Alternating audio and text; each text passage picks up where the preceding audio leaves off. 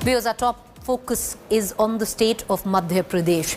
Monsoon mayhem continues to rain devastation on this state. Certain parts of Madhya Pradesh now completely inundated, especially the Gwalior-Chambal belt, completely marooned.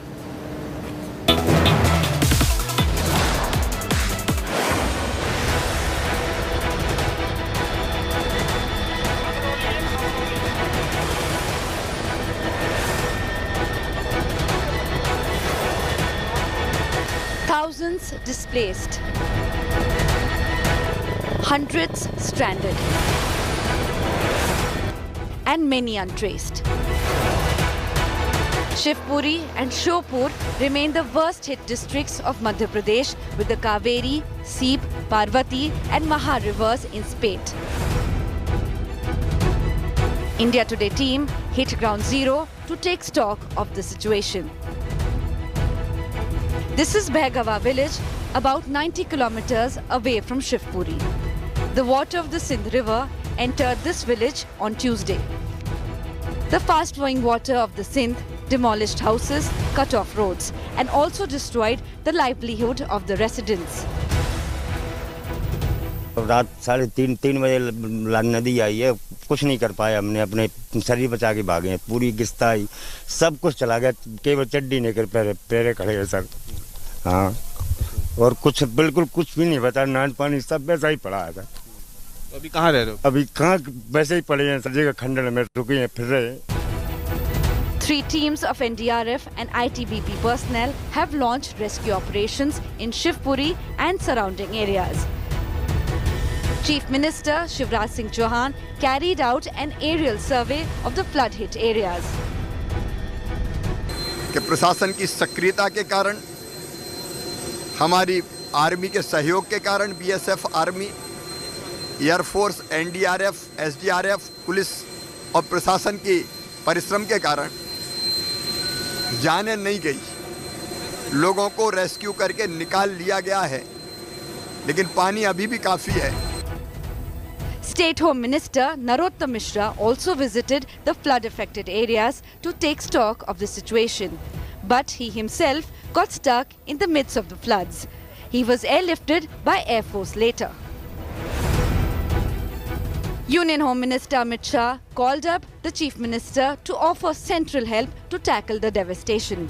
The situation could turn even more grim, with the Met Office issuing a red alert for 10 districts in Madhya Pradesh. With inputs from Ravish Pal Singh in Shivpuri, Bureau Report, India Today. Viewers, today marks the anniversary of the abrogation of Article 370 in Jammu and Kashmir. This is the ground report filed by my colleague Shweta.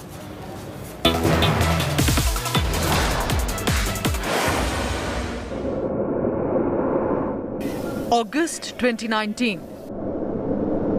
करीब 7 दशक के बाद 2 साल पहले 5 अगस्त को ही article 370 को हटाकर जम्मू कश्मीर के हर नागरिक को हर अधिकार, हर सुविधा का पूरा भागीदार बनाया गया था। Markets shut, empty streets, and eerie silence. 2 years on, a guarded caution remains. Markets have opened, traffic is plying, but has the promised change arrived? Now there is no Article 370, there is Sabka Saath, Sabka Vikas and Sabka Vishwas, and we are heading towards a new Kashmir, a strong and a prosperous and a dignified Jammu and Kashmir. Mainstream leaders who were kept in detention for months in the Kashmir Valley are today maybe less powerful, but they are definitely united. The PDP organized protests today to mark 2 years of what Mehbooba Mufti called a black day. PDP activists are raising slogans against the Modi government and they are demanding the restoration of Article 370. PDP leader Firdaus Tak has clearly said that PDP will continue its fight for the restoration of Article 370. आज का दिन जम्मू कश्मीर के लिए मातम का दिन है। ये लोग आज जो है मातम मना रहे हैं, जो जुल्म, सितम और बर्बरियत का दौर शुरू किया 2019 में बीजेपी की सरकार ने, उसके लिए यहाँ के लोग नालान हैं। Bharatiya Janata Party has demolished every fundamental and constitutional institutions, not only in Jammu and Kashmir but in the entire country. Street violence that used to erupt earlier, fermented by secessionist ideological groups, is a rare sight now. Saeed Ali Shah Gilani is no more deciding the valley's calendar. The administration recently released a circular stating those involved in stone pelting will not be eligible for the government services anymore, or even for the clearance of their passport. Ma'am, has stone pelting seen a downward trend? Is it under control now? I will say it has seen a downward trend, and a massive downward trend, and as of now things are very much under control. So what next? The hope lies with the youth of Jammu and Kashmir. The key is to give them the deserving opportunities.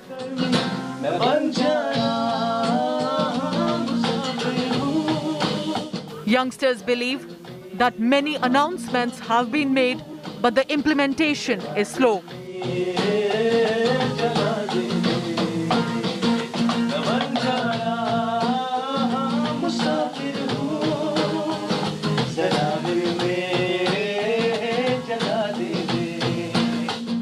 हम पिछले 10-12 साल से इस पे काम कर रहे हैं। उस टाइम भी हालात ख़राब, आपको पता ही है यहाँ के हालात, तो और इस वाले फील्ड में सस्टेन करना, यहाँ पे रहना, फिर अपॉर्चुनिटीज़ अपने लिए खुद बनाना एक बहुत मुश्किल काम है।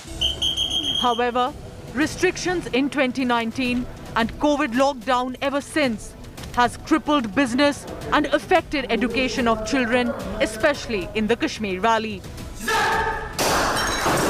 The change, as promised by the government, has been slow on the ground. And for peace in Kashmir, time is of ultimate essence. The symbolism of dates in Kashmir is huge.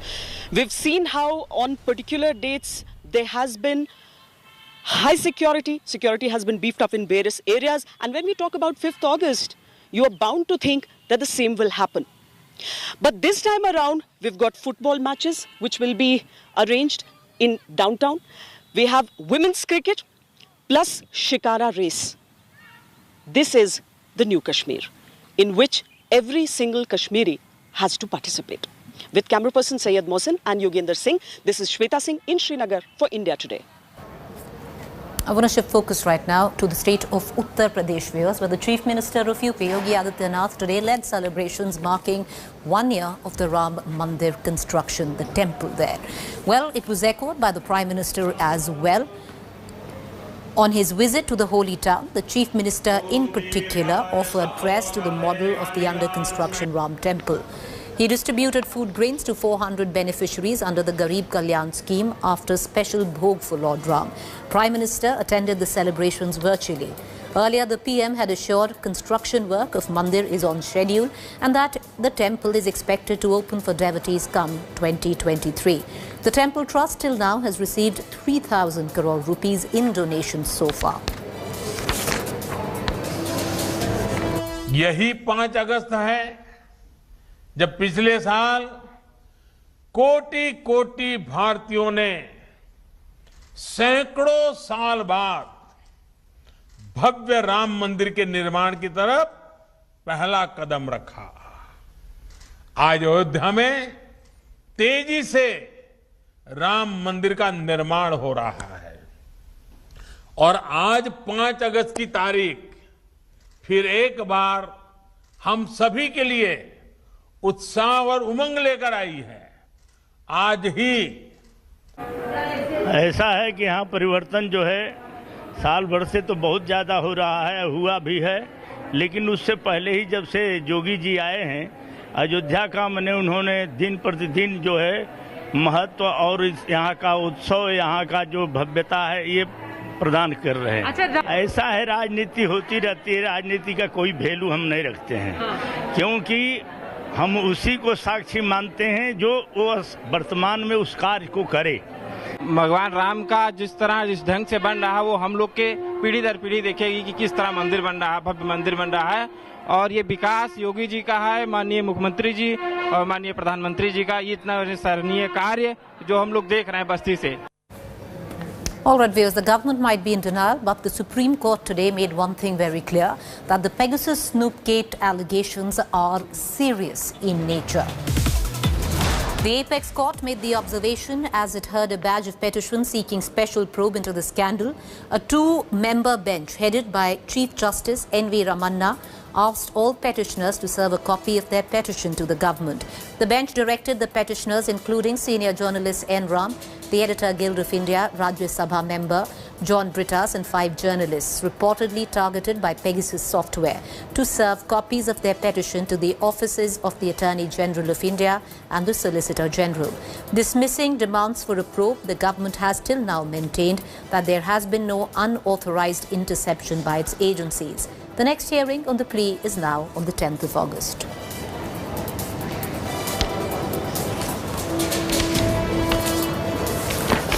All right, viewers, this is a saga which is never ending, and that is discontent in the ranks of the BJP when it comes down to the Karnataka unit.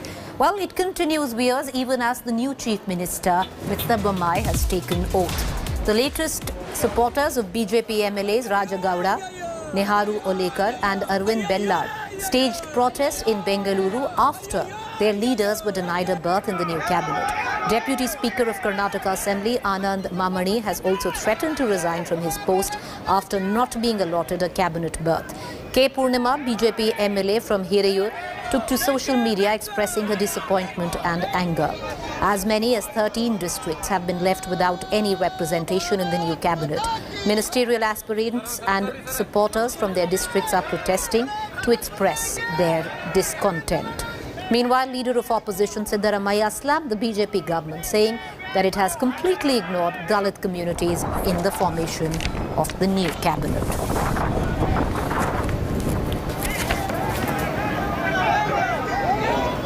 Don't feel insulted. See, if I was not any time particular for any position, that doing lobby or running behind. Yes. In case if you find that Purnima is not a perfect person for a ministry, no problem. Instead of Shashikala Joel at this time, there was a chances on her. Yeah. So at this time, you should have given to some other lady an opportunity. Or somebody from our district itself. There were a senior person, Sripareti, Chandrapal, like that. You should have given opportunity. All right, viewers, now let's get you the very latest in the entire pawn racket saga involving Raj Kundra.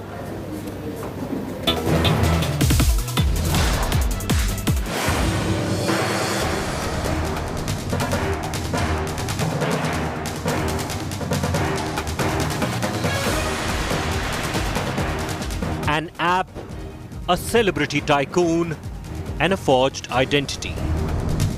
Skeletons continue to tumble out in Raj Kundra pawn racket. As Kundra continues to remain in custody, heat is now mounting on his aide Umesh Kamath. It has now emerged that Kundra's confidant Kamath operated under a fake identity, Roy Evans. As Roy Evans, Kamath would chat with models and producers, pretending to be the content head of Hot Shots. After Kamath was nabbed on February 14th, Mumbai police found that he verified a UK number for which the OTP was sent to Kenrin owner Pradeep Bakshi. Bakshi is not only Kundra's relative, but also managed the operation of the UK-based firm. Through this UK number, Kamath used to finalize scripts, coordinate shoots, and chat with prospective models. Operations of various porn apps like Hot Shots and Bolly fame were carried out through 3 WhatsApp groups named H Accounts, Bolly Fame, H Takedown. The truth about Ivan's identity was confirmed through his chat with Gehna Vashisht on September 15th last year. The chats accessed by India Today show Kamath asking Gehna to address him as Roy or Mr. Evans. Gehna asked Kamath if she could call him Mr. Roy. Kundra's aide replied urging her to address him as Mr. Evans. When asked about Roy Evans's real identity, Gehna claimed ignorance. मुझे message आया कि हे हाय, उमेश का ही message था, हाँ, कि हाय गहना, ये mister Roy Ivan हैं जो कि यूके में हेड हैं and he will be taking care of everything. Umesh ने मुझे एक नई ईमेल आईडी भी दी एंड आई एम श्योर उसने सभी लोगों को दी कि this is the new ID. जब भी कोई प्रोजेक्ट का कुछ भी पूछना हो तो he will take care of everything. And then बातें शुरू हुई. तो जब आप चैट में देख सकते हैं सारी चैट बड़ी प्रोफेशनल है.